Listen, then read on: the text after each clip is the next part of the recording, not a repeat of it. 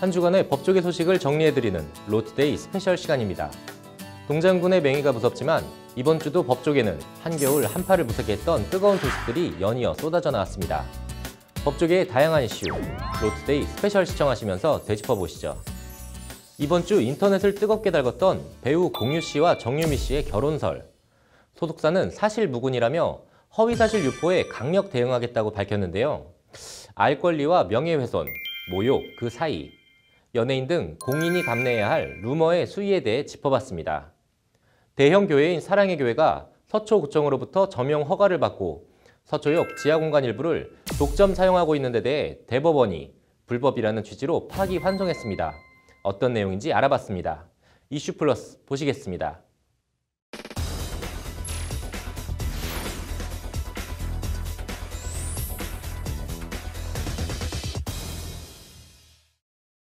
네, 영화배우 공유 씨와 정유미 씨의 이름이 오늘 하루 종일 포털 실시간 검색어를 오르내렸다고 합니다. 결혼설이 나돌았다고 하는데요. 이슈 플러스 알 권리와 명예훼손 얘기 해보겠습니다. 이철규 기자 나와 있습니다. 이 기자, 공유, 정유미 결혼설 뭐 어떤 내용인가요? 네, 한 연애 포털 사이트 맘카페에 배우 공유 씨와 정유미 씨가 서울의 특급 S호텔에서 결혼식을 예약했고 이 호텔 관계자에게 확인했다. 뭐 이런 내용의 글이 올라왔고요. SNS를 통해서 빠르게 확산이 되면서 여러 연예 매체에서 추측성 기사들을 양산하면서 그 말 그대로 포털을 잠식하기에 이르렀습니다. 결론은 뭐 그래서 이게 사실인 건가요? 아닌가요? 네, 공유 씨와 정유미 씨 모두 같은 소속사에서 한솥밥을 먹고 있는 상태인데요. 해당 소속사는 오늘 공식 입장을 통해 명백한 허위 사실이라고 결혼설을 일축했습니다. 네, 뭐 강경 대응 입장도 함께 밝혔죠? 네, 뭐 강경한 대응이라면 한마디로 거짓 루머 유포자에 대해서는 법대로 대응하겠다는 건데요. 어떤 합의나 선처 없이 강경하게 대응하겠다는 입장입니다. 여기에 배우들을 향한 뭐 악성 댓글과 악플러에 대해서도 수사 의뢰를 해서 강력하게 법적 대응하겠다고 나섰습니다. 네, 뭐 뭘로 수사 의뢰를 하겠다는 건가요? 어떤 네, 뭐 명확한 답변을 듣기 위해서 해당 소속사에 연락을 해봤는데 소속사 측에서는 뭐 현재까지 구체적인 답변을 드릴 수 없다 이런 입장만을 내놨습니다. 다만 뭐 공유 씨와 정유미 씨의 결혼설이 사실 지난해부터 많이 불거지고 있는데요. 소속사는 물론 배우 측 역시도 이미지나 뭐 이런 여러모로 피해를 봤다고 판단하는 것 같은데 악성 댓글러까지 수사 의뢰한다는 것을 보면 이번엔 아마 엄포로는 끝나지 않을 것 같다는 분석입니다. 네, 뭐 법적인 조치를 취하면 명예훼손이나 모욕이 될 것 같은데 어떤가요? 네, 일단 명예훼손은 뭐 사실을 쓰는 경우나 허위 사실을 쓰는 경우 모두 다 해당이 되는데요. 명예훼손의 가장 중요한 판단 요소가 상대방의 명예나 감정에 위배가 되고 공공연하게 사람들에게 알려져 명예가 훼손됐다. 이런 객관적 사실이 인정이 되어야 합니다. 그 이번 건의 경우엔 명예훼손으로 고소를 한다면 뭐 사실이냐 아니냐를 떠나서 두 사람의 결혼설 유포 자체가 두 사람에 대한 사회적 평가를 훼손했는가 바로 이 점이 아마 법적 쟁점이 될 것으로 보입니다. 민사소송을 낸다면 뭐 예를 들어 이미지가 바뀌어서 광고가 떨어졌다든지 하는 피해 입증이 뭐 쟁점이 될 것 같은데요. 법무법인 고구려의 신석범 대표 변호사 얘기 한번 들어보시죠. 연예인들은 이제 이런 경우에 뭐 광고나 이런 것 관련해서 본인의 이미지 관리가 중요하기 때문에 소위 말하는 찌라시 글들이 언론을 통해서 대중들에게 널리 유포될 경우에는 상당한 사실상 피해가 있죠. 이 사안은 지금 현재 뭐 일단은 형사적 고소나 민사적인 대응도 당연히 다 가능할 수는 있는데요.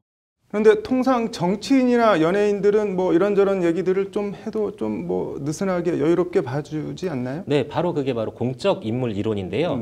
공인이면 아무래도 개인적인 뭐 일정 정도 사생활 같은 부분에 대해서도 일반인들에게 조금 더 감수할, 수인할 영역이 있다고 보는 법 이론입니다.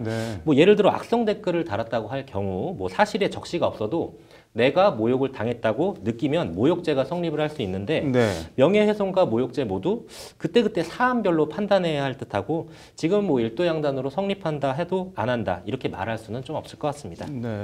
뭐 게시자뿐 아니라 최초 유포자 그리고 SNS로 퍼나른 사람 이런 사람들도 처벌을 받나요? 어떤가요? 네, 문자나 카톡 같은 경우는 전파성 이론이라고 하는데요. 이 내용이 다른 사람들에게 전파될 가능성이 있기 때문에 뭐 일단 명예훼손은 가능하고요. 형법상 명예훼손과 전기통신 설비에 의한 전파 가능성이 우선이기 때문에 전기통신사업법 위반으로 처벌을 받을 수도 있다고 합니다. 뭐 남 결혼하는 게 뭐가 그리 관심사인지 저는 뭐 진짜 잘 모르겠는데 아무튼 뭐 쓸데없는 소리나 계속 근거 없는 비방과 욕설을 하면은 소속사에서 가만히 있지 않겠다고 하니까 조심들 하시는 게 좋겠네요. 오늘 잘 들었습니다.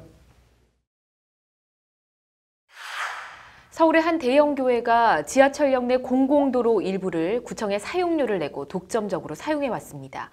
시민들의 보행권을 빼앗은 불법 행위라는 소송이 제기됐는데 법원 판단이 나왔습니다. 석대성 기자와 함께 알아보겠습니다. 어서 오십시오. 네, 우선 서울의 한 대형 교회, 어떤 교회입니까? 예, 서울 서초구 지하철 2호선 3번 출구, 4번 출구 바로 앞에 있는 그 사랑의 교회입니다. 네. 지난 2010년 지금 자리에서 신축 공사를 해서 2013년도에 완공이 됐는데요. 당시 이제 교회는 관할 서초구청에 매달 4천만 원의 사용료를 내고 교회 어린이집 소유권을 구청에 이전하는 조건으로 네. 그 지하철역 공간 1077제곱미터 약 326평에 대한 점용권을 받아냈습니다. 네. 이에 반발해서 황일근 전 서초구 의원 등 6명이 서초구청장을 상대로 모든 시민이 쓰는 그 땅을 교회만 쓰게 하는 것은 위법이라면서 그 도로 점용 허가 처분 취소 소송을 냈습니다. 그렇군요. 300평 이상이면 굉장히 넓은 구역일 텐데 네, 그렇습니다. 일단 판결이 어떻게 나왔습니까? 일단 1, 2심 모두 원고 패소 판결을 했는데요. 도로 점용 허가권은 주민소송 대상이 아니다라는 게 1, 2심의 이제 판단이고요. 네. 근데 이제 상고심인 대법원이 판단을 달리했습니다. 지난 2016년 5월 대법원은 법리를 다시 판단해 보라면서 원심을 깨고 사건을 이제 서울행정법원에 돌려보냈습니다. 그렇군요. 대법원이 파기환송한 이유가 있었을 텐데요. 예, 도로 등을 특정행위 배타적으로 사용하도록 하는 점용 허가가 도로 등의 본래 기능, 목적과 무관하게 사용되는 경우 주민소송의 대상이 되는 재산의 관리, 처분에 해당된다는 게 대법원 판결 요지인데요. 예. 쉽게 말해 이제 도로를 도로 용도로 사용하지 않으면은 주민소송 대상이 된다는 게 대법원 판단입니다. 그렇다면 뭐 사랑의 교회가 이 지하철역 안에 사람 다니는 길을 뭐 다른 용도로 사용을 한 건가요? 예, 예배당 등을 설치를 해갖고 교회 건물 일부로 사용을 했다고 합니다. 아, 그렇군요. 파기환송심을 맡은 서울행정법원은 어떤 판결을 내렸습니까? 예, 사안을 재심리했던 서울행정법원은 지난해 1월 도로법에 위반된다면서 서초구가 사랑의 교회에 공공도로 점용을 허가한 처분을 취소하라고 원고 승소 판결했습니다. 네. 항소심 재판부도 어제 같은 판결을 내렸습니다. 그렇군요. 판결 사유를 좀 들어봐야 할 것 같습니다. 예, 항소심 재판부인 서울고법은 예배당 같은 사실상 연구시설을 도로 지하에 설치한 것은 사적인 권리를 설정한 것으로 도로법에 위반된다고 판결을 했습니다. 네. 예배당 등은 사랑의 교회 사적 이용을 위한 것으로 도로 점용 허가의 목적이나 용도가 공익적 성격을 가진다고 볼 수 없다는 게 재판부 판단입니다. 네. 이 판결이 대법원에서 이제 최종 확정이 될 경우에는 사랑의 교회는 이제 그 지하 주차장과 예배당 일부를 이제 원상태로 복구를 해놔야 되는데요. 네. 이 비용이 390억 원이 넘게 들 것으로 보고 있습니다. 그렇군요.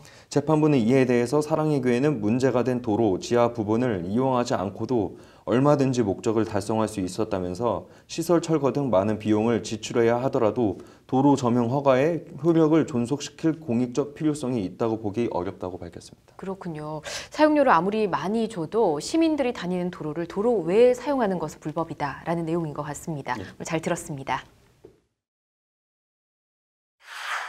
이번 주 제7회 변호사 시험이 연세대와 충남대 등 전국 5개 고사장에서 닷새에 걸쳐 치러졌습니다. 갈수록 떨어지는 합격률, 이른바 변시 낭인 논란과 대안에 대해 모색해봤습니다. 우리나라 프로야구에 미국식 에이전트 제도가 올해부터 도입됐습니다. 선수들의 권익 향상을 위한 조치라는 게 도입 취지인데요. 엉뚱하게도 변호사법 위반 논란으로 번졌습니다. 무슨 내용인지 취재했습니다. 법률방송 연속기획, 도로 위에 서자, 오토바이 시리즈는 신년에도 계속됩니다. 이번엔 지정차로제 차별 얘기입니다. 상식과 원칙이 통하는 사회, 법률방송 현장기획입니다.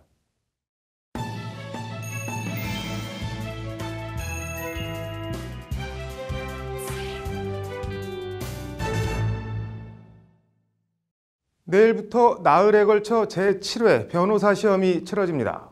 변호사 시험 실시 7년째를 맞아 누적 응시생이 늘어나면서 이번 변시는 최초로 합격률이 절반도 안 될 거라는 전망이 공공연하게 나오고 있습니다. 사시 낭인을 막기 위해 도입한 변호사 시험이 변시 낭인 양산으로 이어지는 것 아니냐는 우려가 나오고 있습니다.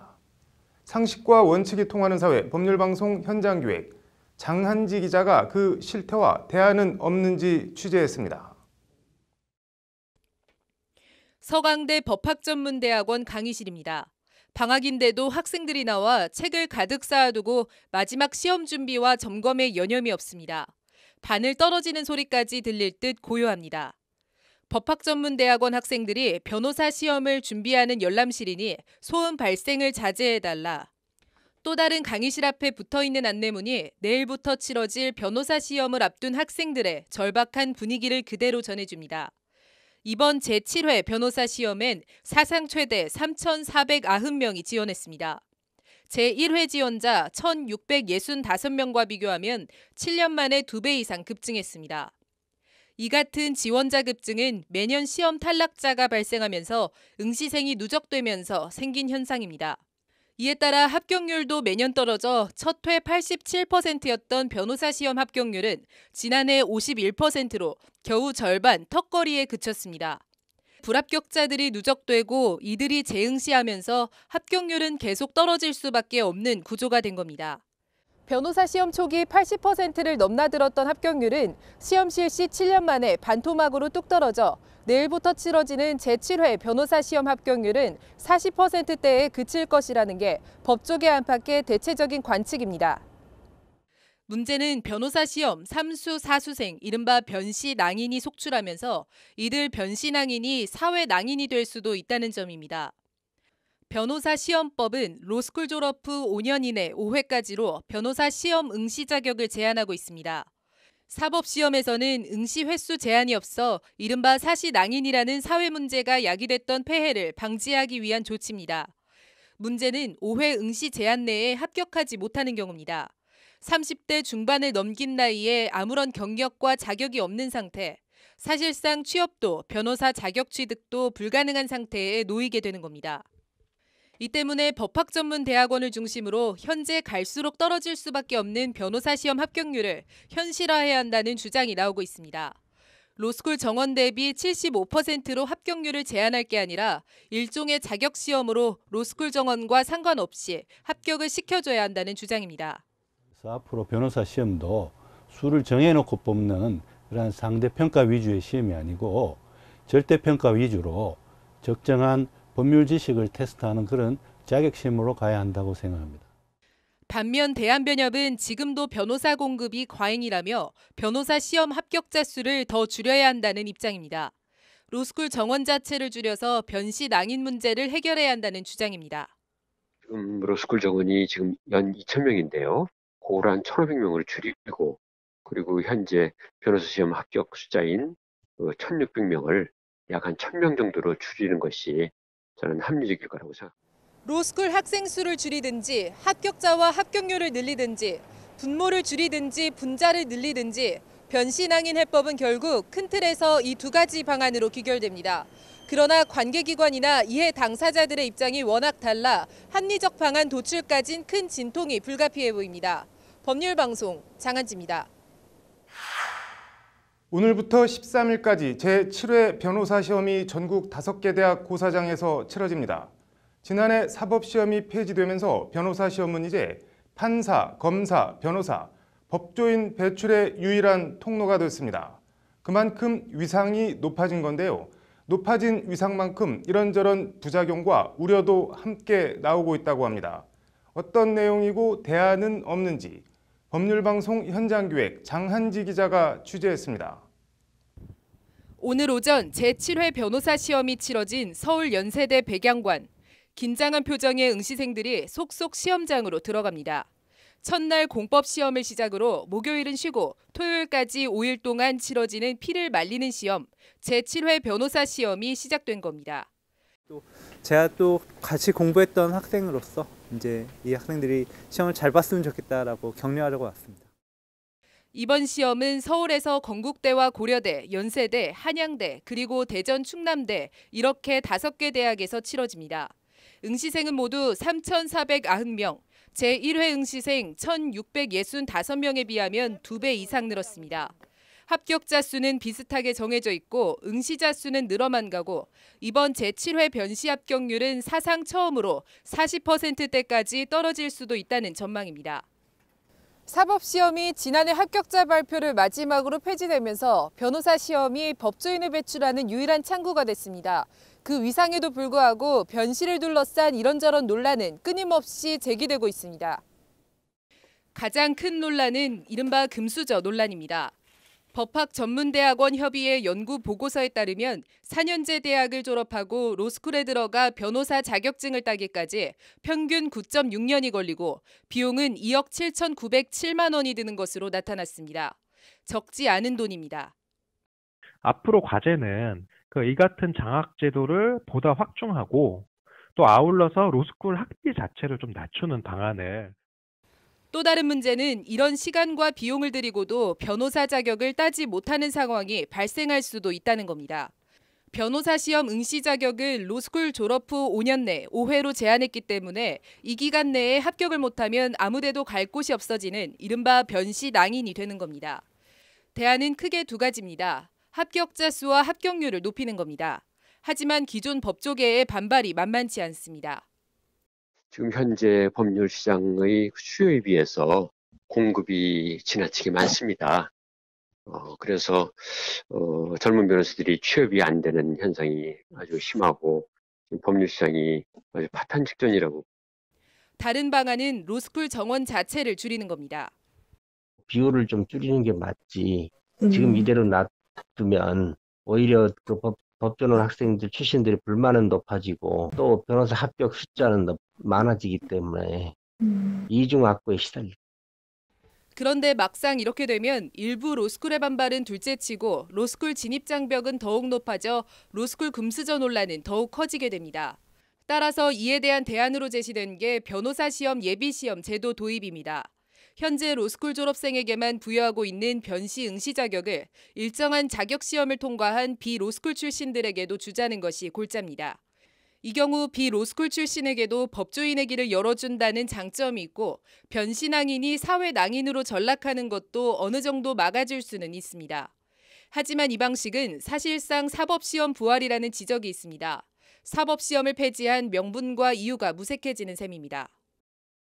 예비시험이라는 것이 사시의 부활이나 또는 변칙적 사시 운영이나 똑같은 겁니다. 만약에 운영한다고 하더라도 신중을 기해서 부작용이 무엇인지를 전부 파악해서. 헌재 사시 폐지 합헌 결정으로 사시 폐지는 되돌릴 수 없는 일이 됐습니다. 이제 유일한 법조인 배출의 관문이 된 로스쿨과 변호사 시험제도 어떤 식으로든 개선책 마련이 필요해 보입니다. 법률방송 장한지입니다. 꿈의 리그라고 불리는 미국 메이저리그, 화려한 선수들만큼이나 하이라이트를 받는 게 이런 유명 선수들을 관리하는 이른바 에이전트입니다. 스캇 보라스 같은 이른바 슈퍼 에이전트의 경우엔 1년에 수십억, 수백억 원씩 번다고 하는데요. 우리나라도 올해부터 미국식 프로야구 에이전트가 도입된다고 하는데 그 취지에도 불구하고 엉뚱하게 변호사법 위반 논란으로 불똥이 튀었다고 합니다. 법률방송 현장기획 박현영 기자가 어떤 내용인지 취재했습니다. 톰 크루즈 주연 영화 제리 맥과이어입니다. 선수들에겐 천사, 구단에게는 악마라 불리는 스포츠 에이전트의 세계를 그린 영화입니다.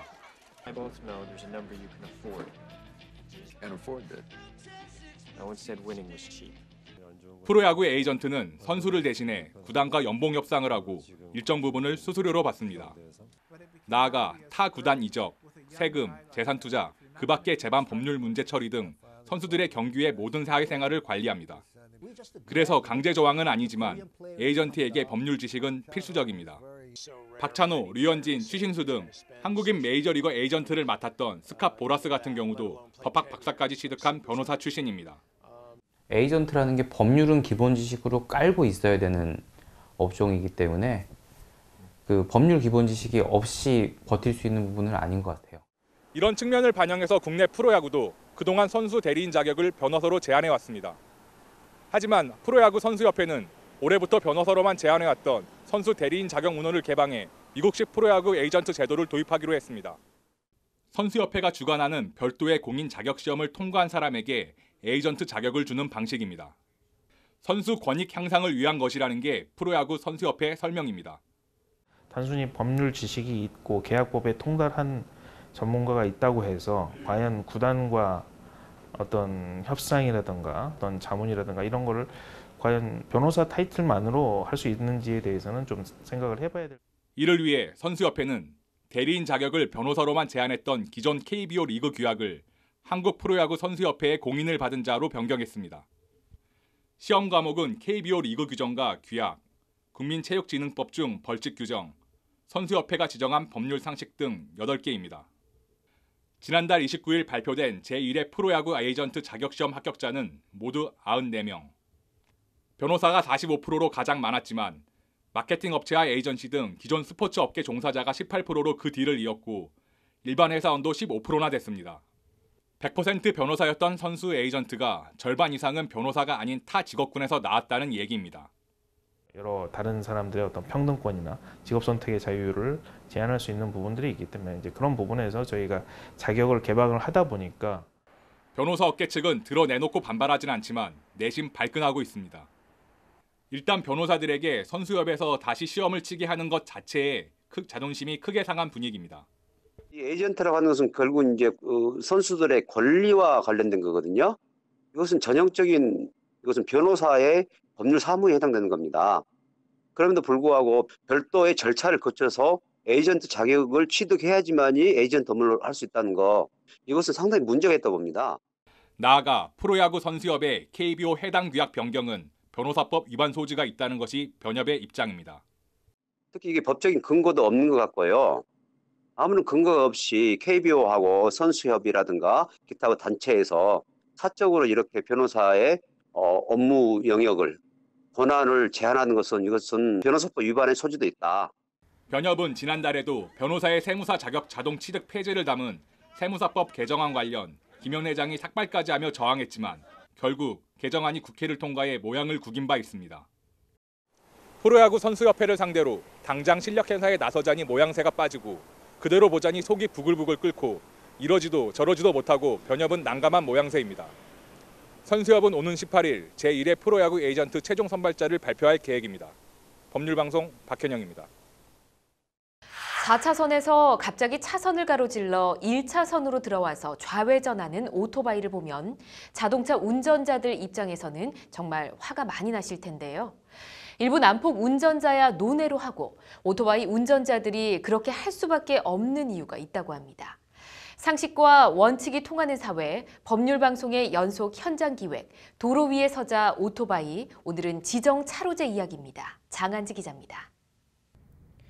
서울 충무로 편도 4차선 도로입니다. 출근 시간이 지나 정체가 풀린 도로 1차선에서 오토바이가 규정 속도를 준수하며 주행합니다. 또 다른 오토바이도 1차선과 2차선으로 가며 운행합니다. 언뜻 아무런 문제도 없어 보이지만 사실 모두 도로교통법을 위반한 불법 주행입니다. 너무도 당연하게 간주되는 1차로 오토바이 주행. 하지만 현행법상 2차선 이상 도로에서 오토바이가 1차선으로 주행하는 건 불법입니다. 도로 위에 서자 오토바이에 대한 또 다른 찬밥 대우, 바로 지정차로제입니다. 우리 도로교통법은 도로 통행 속도와 운전자 안전을 위해 지정차로제를 정해 시행하고 있습니다. 편도 2차로의 경우 1차로는 승용차와 중소형 승합차, 그 외 차량은 2차로로 주행해야 합니다. 오토바이는 그 외에 속합니다. 편도 3차로의 경우도 오토바이는 1.5톤 이상 화물차, 특수 자동차, 건설 기계차와 함께 3차로로 다녀야 합니다. 편도 4차로도 마찬가지입니다. 1, 2차로는 고사하고 대형 승합차와 1.5톤 미만 화물차도 다니는 3차로로도 못 가고 대형 화물차, 특수차 등과 함께 4차로밖에 못합니다. 작고 빠른 차는 안쪽, 크고 느린 차는 바깥쪽, 크기와 속도, 어느 기준을 적용해도 오토바이는 명백하게 역차별을 받고 있는 겁니다. 위반하면 범칙금이 부과되지만 내 몸을 생각하면 위반을 안 할 수가 없습니다. 가차선 타면 너무 위험하니까 다닐 때 저희 거의 1차선으로 다니고 있죠. 가차선 너무 위험하니까. 사고도 나와서 아니까 가차선은 안 가고 거의 1차선으로 타고 다니고 있습니다. 오토바이 바깥차로 주행 정말 위험한지 법률방송 취재 차량이 오토바이 운전자를 따라가 봤습니다. 대로와 이어지는 샛길에서 오토바이가 작아서 안 보였는지 그냥 진출하는 자동차와 거의 부딪힐 뻔한 상황이 펼쳐집니다. 교통법규를 준수하려면 서행하는 버스 뒤를 졸졸졸 따라가는 수밖에 없고 버스가 서면 오토바이도 서야 합니다. 대형 화물차를 만나면 마치 거대한 벽을 마주한 듯 시야가 전혀 확보되지 않은 채 달려야 합니다. 화물차가 크게 가려갖고 앞이 잘 안 보여서 사고 날 확률이 많아요. 버스가 가게 되면 버스가 앞에 큰 차 가리면 앞이 안 보이기 때문에 추월나가. 무엇보다 4차로로 달리다 좌회전이라도 할라치면 위험을 무릅쓰고 승용차들을 가로질러 제일 안쪽 차선으로 치고 들어가야 합니다. 맨 오른쪽 차선에서 그 좌회전을 하려면은 운전자들이 이게 뒤에를 보면서 운행을 해서 1차선으로 들어가서 좌회전을 해야 되는데 안전을 지키려면 법을 깨야 하고 법을 지키려면 위험을 감수해야 하는 상황. 오토바이 운전자들의 민원이 쏟아지자 정부는 지난달 지정차로제 간소화를 골자로 한 도로교통법 시행규칙 일부 개정안을 공포해 오는 6월 18일부터 시행합니다. 이륜차와 버스 등이 같은 차로인 최하위 차로로만 이용하도록 규정되어 있어서 사고 위험성도 있고 현실에 맞지 않다는 문제가 있었습니다. 불합리하다 이런 지적이 많았기 때문에 개정 시행규칙은 일단 차선 구분을 왼쪽 차로와 오른쪽 차로로 간소화했습니다. 4차로의 경우 1, 2차로는 왼쪽, 3, 4차로는 오른쪽, 3차로의 경우 1차로는 왼쪽, 2, 3차로는 오른쪽 이런 식입니다. 문제는 이번 개정에서도 오토바이는 여전히 화물차 등과 함께 오른쪽 차로만 다니게 해놨다는 겁니다. 그 내용이 변동된 내용이 없기 때문에 대형차와 함께 이륜자동차가 같이 이렇게 섞여서 운행하게 됨으로써 이륜자동차의 안전도 향상이 되는 측면은 없다고. 외국 같은 오토바이 전용 좌회전 구역 설치나 오토바이 전용 차선까지는 바라지도 않는다. 그저 승용차와 똑같이만 대해달라는 것이 오토바이 운전자들의 하소연입니다. 그동안 지정차로제 위반은 범칙금만 부과됐는데 개정 도로교통법 시행규칙은 여기에 더해 과태료까지 부과할 수 있도록 개정됐습니다. 법률방송 장한지입니다. 판사 블랙리스트 조사를 위한 법원행정처 PC 개봉과 관련해 비밀침해죄 논란이 끊이지 않고 있습니다. 비밀침해죄 성립 요건 등에 대해 심층 취재했습니다. 검찰이 박근혜 전 대통령 재산에 대한 추징 보전 명령을 법원에 청구했습니다. 서울지방변호사회엔 박 전 대통령 변호인 유영하 변호사에 대해 변호사들이 사상 초유의 징계 진정을 접수했는데요. 이 진정서를 법률방송이 단독 입수했습니다. 심층 리포트와 로인사이드 보시겠습니다. 판사 블랙리스트 재조사를 위한 법원행정처 PC 개봉에 대해 자유한국당이 김명수 대법원장을 비밀침해죄로 고발하는 초유의 일이 벌어졌습니다. 정말 비밀침해죄에 해당하는지, 야당의 정치 공세인지 박현영 기자의 심층 리포트 보시고 판단해 보시기 바랍니다. 비밀침해죄 구성 요건은 크게 세 가지입니다. 사적인 정보가 비밀 장치된 상태에서 그 비밀 장치를 해제해야 비밀침해죄가 성립한다는 게 통상의 견해이자 판례입니다. 이 기준을 법원행정처 PC조사에 대입해보면 이렇습니다. 우선 법원행정처에 담긴 PC가 사적 정보에 해당하는지 여부입니다. 대법원 규칙인 법관행동강령 12조는 법관은 공용물을 정당한 사유 없이 사적인 용도로 사용, 수익해서는 안 된다고 규정하고 있습니다. 법원행정처 PC는 대표적인 법원 공용물입니다. 사적으로 사용해선 안 되는 공용 컴퓨터이니만큼 논리적으로 사적 정보 자체가 담겨 있으면 안 됩니다. 다음은 해당 PC에 비밀 장치가 돼 있느냐 여부입니다. 조사 대상 PC는 이미 다른 법관들의 인수인계돼 사용 중인 상태에 있는 PC들입니다. 설령 비밀번호 등 비밀 장치가 있었다 해도 조사 시점엔 원 사용자들의 비밀 장치 같은 건 더 이상 존재하지 않는다는 이야기입니다. 이 역시 풀어야 할 비밀 장치가 이미 존재하지 않는데 존재하지 않는 비밀 장치 해제라는 성립할 수 없는 논리에 기반한 주장이라는 것이 법원 안팎의 대체적인 시각입니다. 이처럼 비밀침해죄라는 범죄의 요건과 법리를 놓고 보면 법원행정처 PC조사가 비밀침해라는 주장을 성립할 수 없다는 것이 대체적인 견해입니다.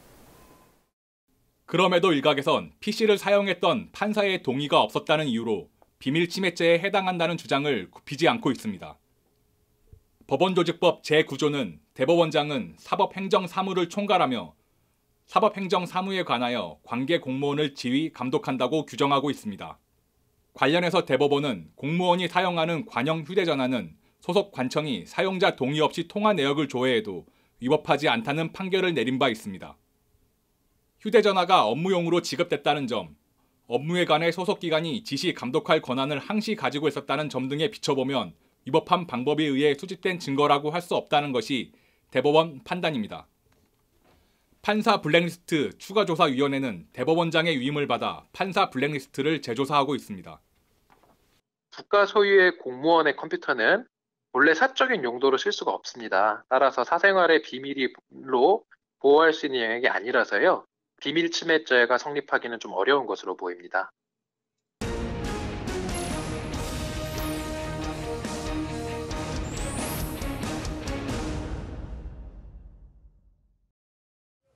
네, 국정원 특수활동비 뇌물 혐의와 관련해서 검찰이 박 전 대통령 재산에 대한 추징 보전 명령을 법원에 청구했습니다. 로인사이드 이철규 기자 나와 있습니다.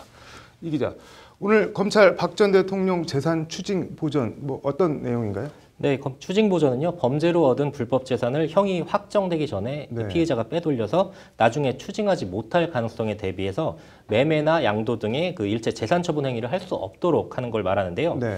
검찰의 오늘 추징 보전 청구는 박 전 대통령이 국정원 특활비 뇌물죄 유죄를 받아내고 네. 그 뇌물죄만큼 박 전 대통령 재산에서 추징하겠다. 이런 의지와 자신감의 표현으로 보면 될 듯합니다. 네, 추징은 몰수와는 좀 다른 건가요? 네, 그 범죄 행위로 인한 이득을 국고에 환수한다는 점에서는 같은데요. 네. 그 대상에 있어서 차이가 있습니다. 네. 그 몰수는 범죄 행위로 인해 얻은 물건 그 네. 자체를 말하는데 네. 예를 들면 뇌물로 받은 자동차 자체를 가져오는 건 몰수에 해당하고요. 네. 그 자동차를 처분해버려서 그 몰수할 대상이 없을 경우는 그 가액만큼을 재산에서 환수하는 게 추징입니다. 네. 네. 그래서 박 전 대통령의 경우는 특활비를 현금으로 받아서 일부는 쓰고 일부는 네. 남았다 하더라도 그게 국정원에서 받은 돈인지 아니면 원래 있던 다른 돈인지 알 수가 없으니까 네. 몰수가 아닌 추징이 되는 게 맞는 겁니다. 네, 추징한다면 얼마나 추징한다는 건가요? 네, 검찰은 최근 박 전 대통령이 직접 받은 국정원 특수활동비를 35억 원으로 보고요. 네. 이 돈에 대해서 뇌물수수 혐의와 국고손실 혐의를 적용했는데요. 네. 아마 이 최소 5억 원에 대해서는 추징에 나설 것으로 보입니다. 네. 지난 2016 말 기준으로 박 전 대통령의 재산은 옛 삼성동 자택 27억 1천만 원, 네. 그 예금이 10억 2,820만 원 등 총 37억 3,820만 원 정도였는데요. 네. 박 전 대통령이 이 삼성동 사저를 팔고 내곡동 사저를 새로 구입했는데 공시지가 기준이어서 실거래가와는 차이가 좀 있을 수 있습니다. 네. 또 여기에 이 대금 40억 원, 이 판매 대금 40억 원을 유영하 변호사가 현재 보관 중인 걸로 확인이 됐는데요. 네. 검찰은 이 중 수표 30억 원을 추징 보전 대상으로 포함시켰습니다. 네. 또 실제 추징이 이루어진다면 박 전 대통령 재산 태반이 없어지게 되는 겁니다. 박 전 대통령 입장에선 그야말로 발등에 불이 떨어진 건데 그래서 그런 건가요? 박 전 대통령이 유영하 변호사를 변호인으로 다시 선임을 했죠? 네, 검찰이 지난 4일 국정원 특활비 뇌물 혐의로 박 전 대통령을 추가 기소했는데요. 네. 유영하 변호사가 그날 바로 변호사로 다시 선임됐습니다. 네. 이날 서울구치소를 찾아가서 박 전 대통령을 접견한 유 변호사는 미리 준비해간 선임계에 박 전 대통령의 지장을 받아서 구치소에 제출했다고 합니다. 네. 또 유영하 변호사는 오늘 오전에도 그 서울구치소를 방문해서 잇따라서 박 전 대통령을 접견한 것으로 확인됐습니다. 네. 급해진 모양이네요. 맞습니다. 그 지난해 10월 16일 네. 박 전 대통령에 대한 추가 구속영장이 발부되자 유영하 변호사는 당시 법원에서 창자가 끊어지는 아픔과 피를 네, 토하는 심정을 억누르면서 살기 가득한 법정의 네. 피고인을 홀로 두고 떠난다. 이런 말을 남기고 변호인에서 사임을 했는데요. 네. 유 변호사는 탄핵 심판 당시부터 박 전 대통령 곁을 지킨 인물로요. 그리고 변호인단 집단 사임과 재판 거부도 유 변호사의 아마 전술이라는 말이 있을 정도로 박 전 대통령의 신임을 받고 있는 걸로 전해졌습니다. 그건 무슨 말인가요? 네, 박 전 대통령의 추가 구속영장이 발부되고 네. 그 자신에게 불리한 진술과 증언들이 잇따라 이어지고 있는 마당에 네. 법정에서 사실관계랑 법리를 다투는 건 무의미하다. 네. 이런 판단하에 자신에 대한 수사와 기소, 재판은 정치보복이다. 이렇게 프레임을 씌우고 네. 가자. 이런 취지인데요. 국정원 특활비 뇌물 혐의 기소로 인해서 이제 상황과 판이 완전히 달라진 겁니다. 네. 당장 대기업 뇌물 등에 대해서 특검은 경제적 이익을 직접 누린 건 최순실이라고 지목하면서 박 전 대통령은 당시 추징 보전 대상에서 제외됐는데 네. 검찰은 바로 이 박 전 대통령의 재산 자체를 추징 보전 청구한 겁니다. 네. 명분으로 봐도 삼성이나 대기업 등의 출연금 경우엔 그래도 난 한 푼도 받은 적 없다. 네. 나도 속았다. 이렇게 주장할 수는 있지만 국정원 특활비 상납은 그래도 말할 수 있는 사안과 형편이 아닌 겁니다. 네. 거기다 무슨 기치료나 주사 비용, 예.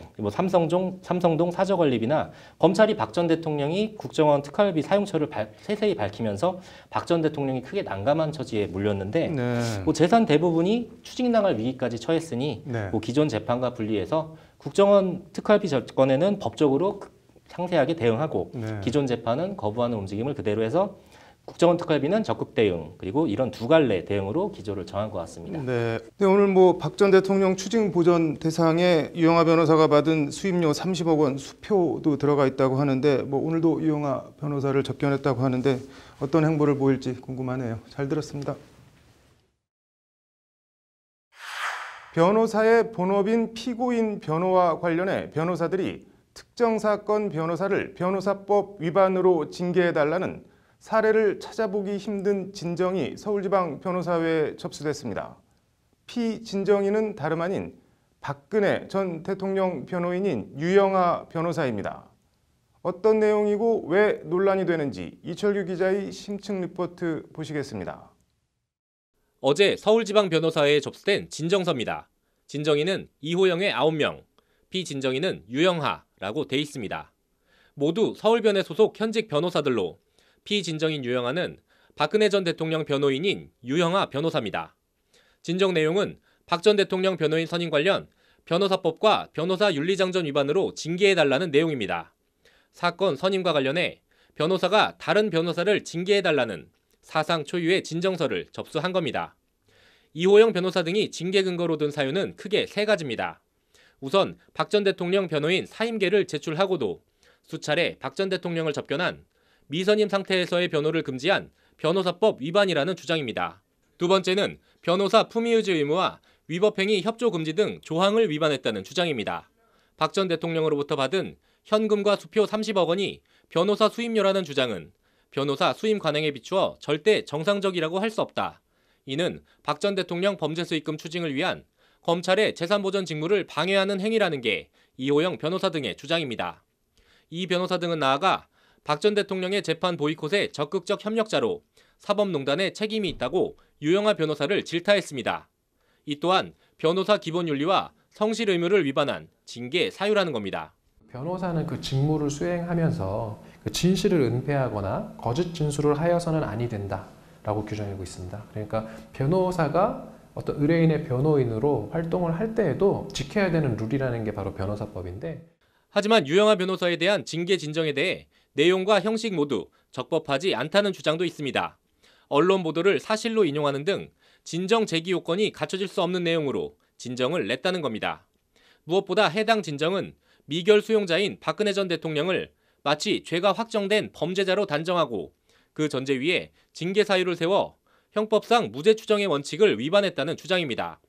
항상 그 박근혜 전 대통령이 미결 수용자고 그다음에 아직도 무죄 추정의 원칙을 받고 있다는 점을 생각해서 변호사뿐만 아니라 변호인이 되려는 자도 접견할 수 있다는 점을 생각해서 이런 반론에 대해 진정서를 접수한 변호사들은 진정 요건이 갖춰지지 않았다는 주장이야말로 형식 논리에 기초하고 있다고 반박했습니다. 국정농단 사건에 대해서 변호를 하지 말라고 강요하는 것이 아니라 후배 변호사와 국민들에게 좀 더 당당할 수 있는 방법을 취했으면 좋겠다는 것입니다. 서울변회는 절차에 따라 진정에 대해 판단한 뒤 징계, 가부 등에 대한 의견을 징계권을 가진 대한변협에 제출해야 합니다. 사건 수임과 관련해 변호사들이 변호사를 상대로 변호사법 위반을 이유로 징계를 해달라는 사상 초유의 요구에 대해 진정을 접수받은 서울변회는 당혹스러운 모습입니다. 서울변회의 대응이 주목됩니다. 범줄방송 이철규입니다. 아이폰 성능 저하 업데이트 논란이 결국 법정으로 갔습니다. 사건 경위와 소비자들이 낸 집단 손해배상 소송의 쟁점 등을 자세히 짚어봤습니다. 말도 많고 탈도 많은 가상화폐 강풍. 박상기 법무부 장관이 밝힌 거래소 폐쇄 방침 등 가상화폐 논란을 법적인 측면에서 분석했습니다. 김수현 변호사의 이슈 속 법과 생활, 유정훈 변호사의 뉴스와 법 차례로 보시겠습니다.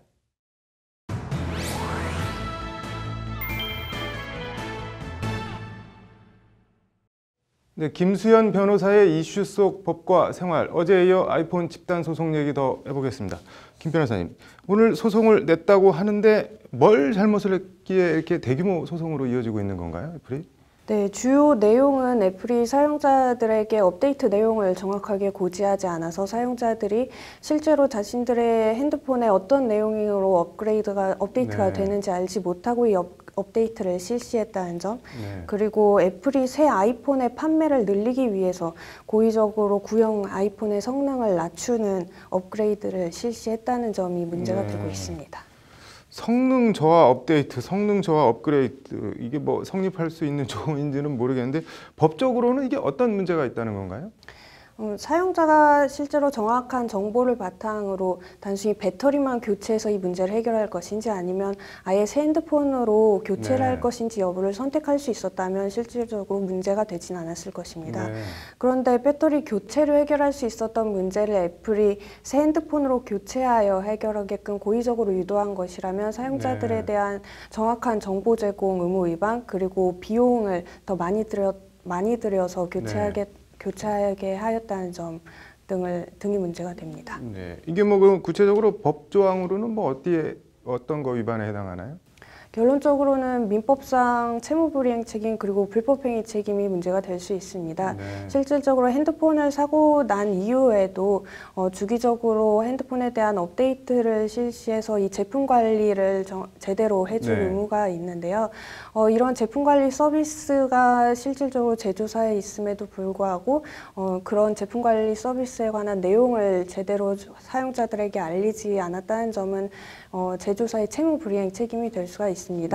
그리고 실질적으로 고객들에게 정확한 정보를 알리지 않고 성능 저하 업데이트를 실시해서 그로 인해서 제조사는 고객들이 새로운 핸드폰을 구매하는 이득을 얻고 또 소비자들은 그로 인한 새로운 핸드폰 구매 비용이라는 피해를 입게 되었다면 불법행위 책임이 성립할 수도 있습니다. 네, 뭐 소비자 기본법 위반 뭐 이런 얘기도 있던데 이건 무슨 내용인가요?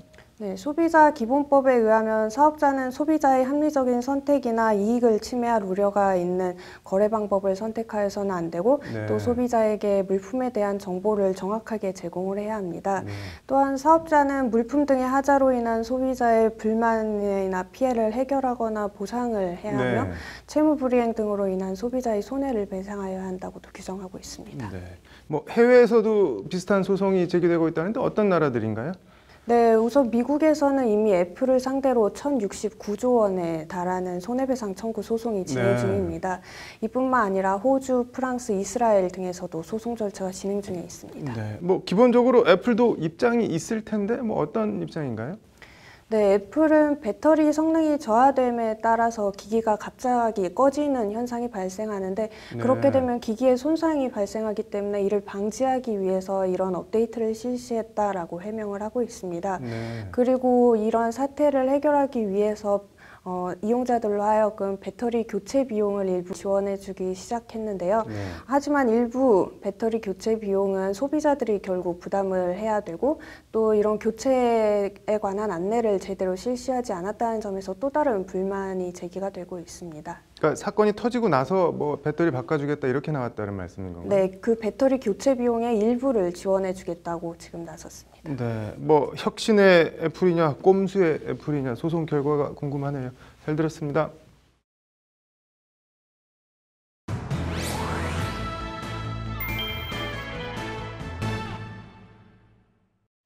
가상화폐 광풍에 대해 박상기 법무부 장관이 거래소 폐쇄라는 극약 처방까지 언급했습니다. 김동연 경제부총리도 어떤 식으로든 규제를 해야 한다는데 부처 간 이견이 없다고 밝혔습니다. 오늘 유정훈 변호사의 뉴스와 법, 가상화폐를 둘러싼 이슈에 대해 이야기 나눠보겠습니다. 어서 오십시오. 네, 가상화폐 제 주변에서도 많이들 관심을 가지더라고요. 네. 광풍인 것 같습니다. 예, 가상화폐를 투자해서 돈을 벌었다는 소문이 돌면서 뭐 빚을 내 투자를 하는 등 부작용이 좀 속출하고 있습니다. 다단계 조직을 이용한 가상화폐 판매 사기, 그리고 뭐 고수익을 미끼로 하여서 투자자를 모집하는 유사 수신행위까지도 등장을 하고 있습니다. 뭐 심지어는 뭐 미성년자까지도 이런 투자에 가세를 하자 한 고등학교에서는 부모들에게 학생들의 지도를 부탁하는 가정통신문까지도 보냈습니다. 네, 미성년자까지 참여를 하는 거 보니까 좀 문제가 있다라는 생각이 드는데 네. 우선 광풍은 광풍인 것 같습니다. 근데 이 가상화폐, 이름 그대로 가상이라는 단어가 붙지 않았습니까? 네. 화폐인 건지 아니면 일종의 어음인 건가요? 네, 그 부분이 이제 가상화폐의 근본적인 문제인데요. 예. 네, 가상화폐가 화폐로 볼 것인지 또는 유가증권, 자산 또는 뭐 재화로 볼 것인지에 대해서는 아직 논란이 있고 법적으로도 정립이 되지는 않았습니다. 네. 예를 들어서 뭐 가상화폐를 거래하는 경우에 양도세를 부과하는 것이 맞는지 예. 아니면 부가가치세를 매기는 것이 맞는지 이런 논란이 있고 또 불분명하다 보니 세금조차 매기지 못하고 있는 것이 현실이고요. 외국의 경우에는 뭐 화폐로 보는 경우도 있고 예. 또는 뭐 금융 상품으로 보는 그런 경우도 있습니다. 그렇군요. 어쨌든 뭐 두고 볼 수만은 없는 일이고요. 일단 잠재우긴 해야 할 것 같은데요. 네. 그래서 금융당국은 지난 8일부터 가상화폐 계좌 거래에 대해 특별 감사를 실시하고 있습니다. 네. 사기, 유사수신행위, 자금 세탁 등으로 가상화폐를 활용한 것이 아닌지 하는 부분에 대한 점검을 위해서 거래소의 가상 계좌들을 특별히 조사하고 있습니다. 그렇군요. 예, 이번 조치는 불법 행위를 적발하기 위한 것이긴 하지만 투기 과열을 잠재우려는 처방이 아니냐라는 그런 의견도 제시되고 있기는 합니다. 그렇군요. 혹시 뭐 다른 규제 방안은 없을까요? 예, 아직 가상화폐에 대한 법적 성격이 규정되지 않다 보니 어떤 법을 적용할지 또는 어떤 해석이 돼야 되는 것인지는 아직 불분명합니다. 그렇지만 규제가 아주 없는 영역은 없기 때문에 네. 조만간에 곧 대책이 마련될 것으로 보이고 또 조속한 정리가 필요한 것도 사실입니다. 그렇군요. 마냥 상승하기만 하는 장, 참여자 모두가 끝까지 이득을 보는 시장은 사실 존재하지 않지 않습니까? 네. 이렇게 가다가 대폭락장이 오게 되면 어떻게 됩니까? 예, 가상화폐가 대폭락장이 오게 된다면 네. 말 그대로 휴식 조각에 불과한 것으로 되게 될 것이고 사회적으로도 큰 문제가 될 것으로 보입니다. 네. 투자한 개인뿐만 아니라 돈을 빌려준 은행기관들과 같은 채권자들에게도 위협이 되기 때문입니다. 흔히들 상투 잡았다고 하는 표현들을 하는데요. 예. 투자자들의 각별한 주의가 필요한 것은 사실입니다. 그렇군요. 만약에 이게 어음이나 수표는 부도를 내게 되면 이미 처벌을 받게 되지 않습니까? 네. 대폭락장이 오게 되면 법적 문제는 어떻게 됩니까? 예, 현 제도 아래에서는 가상화폐의 가치 하락이나 해킹 등의 어떤 문제에 대해서도 책임을 져주는 사람은 없고 네. 또한 어떤 특정인을 처벌하기도 상당히 어려운 면이 있습니다. 총론적으로 가상화폐에 대한 법적 정립이나 또 규제, 또 해석들이 있지 않기 때문에 네. 법의 사각지대가 존재하는 것이고요. 그에 따라서 아무도 책임을 지지 않는 것이 지금 현재 상황입니다. 네. 현행법의 해석에 따라서는 가상화폐의 거래가 환치기 등으로 몰려서 네. 처벌을 받을 수도 있는 여지가 있기 때문에 각별한 주의가 또 필요합니다. 네. 도박이나 무리한 주식 투자로 개인 회생이나 파산을 하게 되면 탕감이 되지 않습니다. 그렇기 때문에 대박을 노리다 쪽박을 찰 수도 있다는 걸 기억을 하고 투자자들의 현명한 판단이 필요해 보이네요. 잘 들었습니다. 우리나라의 공익변호사라는 개념을 처음으로 정립한 공익인권법재단 공감의 염형국 변호사. 국내 1호 공익변호사 염형국 변호사를 만나 공익과 공감에 대해 들어봤습니다. 문재인 대통령이 신년 기자회견에서 위안부 문제에 대해 잘못된 매듭은 풀어야 한다는 입장을 밝혔습니다. 강경화 외교부 장관은 한일 위안부 합의를 파기는 하지 않겠지만 그대로 지키지도 않겠다는 입장을 내놨습니다. 일본은 강력 반발하고 있는데요. 앵커 브리핑에서 분석해봤습니다. 로투데이 인터뷰와 앵커 브리핑 이어서 보시겠습니다. 프로보노, 공익을 위하여라는 뜻의 라틴어라고 합니다. 서울지방변호사회 공익센터 이름이기도 한데요.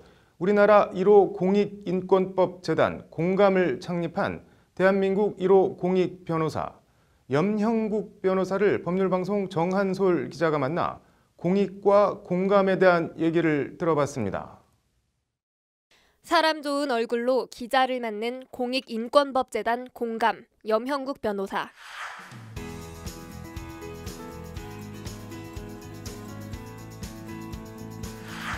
사무실 한켠에 걸린 공감이라는 글씨가 왠지 낯익고 정겹습니다. 감옥으로부터의 사색을 쓴 고 신영복 선생의 글씨입니다. 신영복 선생님 돌아가시기 전에 저희 공감 글씨도 써주셨어요. 저희 구성원들이 이제 신영복 선생님을 되게 이제 존경하고. 염형국 변호사는 우리나라 1호 공익 변호사입니다. 2003년 설립된 국내 1호 공익인권법재단 공감도 염형국 변호사가 창립했습니다.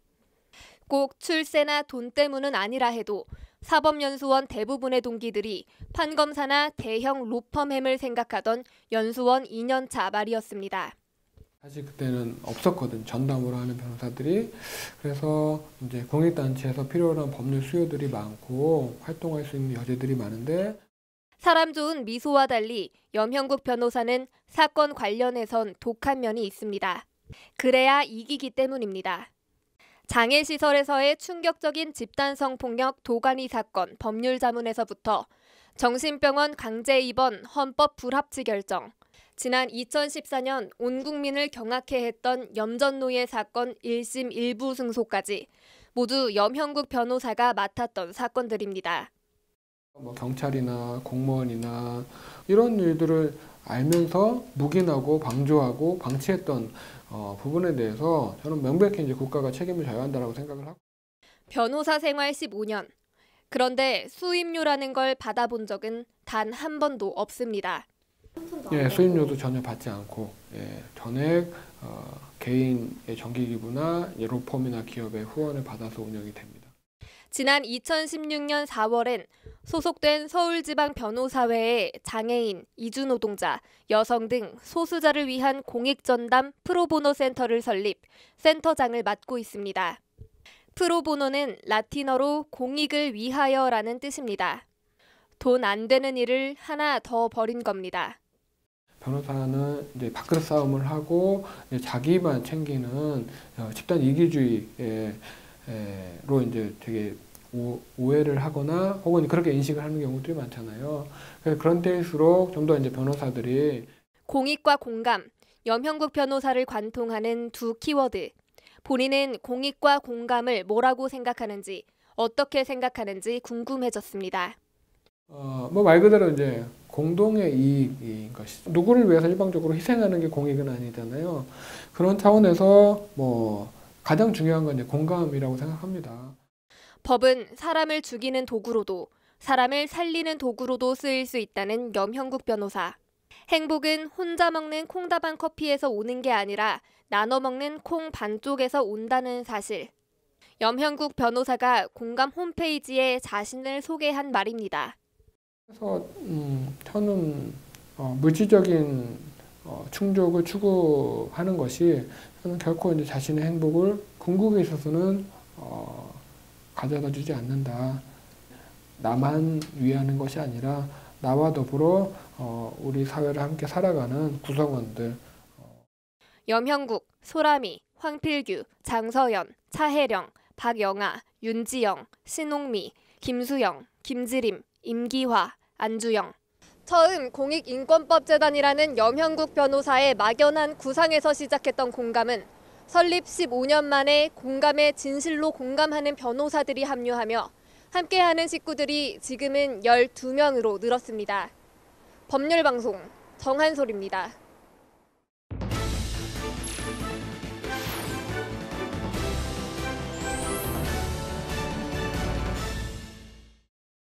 네, 문재인 대통령이 오늘 신년 기자회견에서 위안부 문제 관련해서 잘못된 매듭은 풀어야 한다며 진실과 정의라는 원칙으로 돌아가겠다고 밝혔습니다.